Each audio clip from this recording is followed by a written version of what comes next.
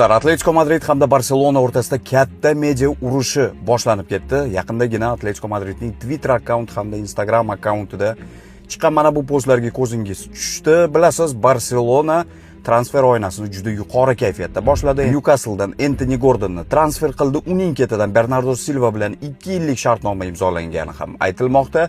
Va do'stlar, eng muhimi Barselonaning so'nggi yillardagi asosiy transfer bozoridagi nishonlardan biri Atletico Madrid futbolchisi Julian Alvares bilan ham og'zaki kelishuvga erishilgani haqida xabarlar chiqa boshladi. Va bunga javoban Atletico Madrid o'zining Twitter akkauntida Barselonaning 3 nafar eng muhim futbolchilaridan biri Yamal Pedri va Rafinhani Atletico Madridga transfer qilish uchun Barselonaga haqoratomuz hazil aralash mana shunday bir message taklifni yuborganini aytgan.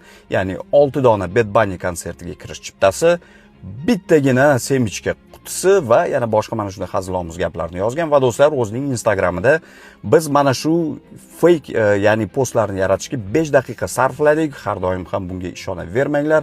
Biz shunday bir zamonda yashayapmizki, ko'rayotgan narsamizga ishonmasligimiz kerak. Ayniqsa bu Barselonaga aloqador yoki oid bo'lsa degan gaplarni aytgan. Bilasiz, Barselona rasman Julian Alvaresning transferi uchun Atletico Madridga birinchi taklifni bergan, ya'ni 100 million yevro. Atletico Madrid esa buni haqorat sifatida qabul qilgan va bu taklifga yo'q degan. Lekin Barselona taklifi bo'lmoqchi emas. Chiqayotgan xabarlarga ko'ra, ikkinchi taklifi 135 million yevro atrofida bo'ladi. Va bilasizmi do'stlar, nima sababdan Atleticoning jahli chiqyapti?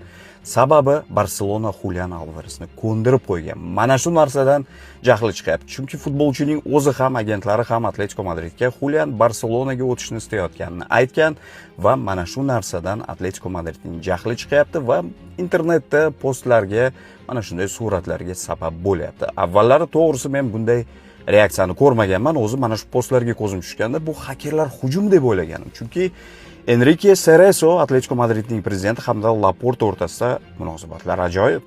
Va do'stlar, Atleticoning bunday munosabati shuni ko'rsatadiki, Atletico Barselonadan Julian Alvaresni Atleticoni tark etishga ko'ndirib qo'ygani uchun juda ham norozi. Bu qanday tugashini birgalikda kuzatamiz.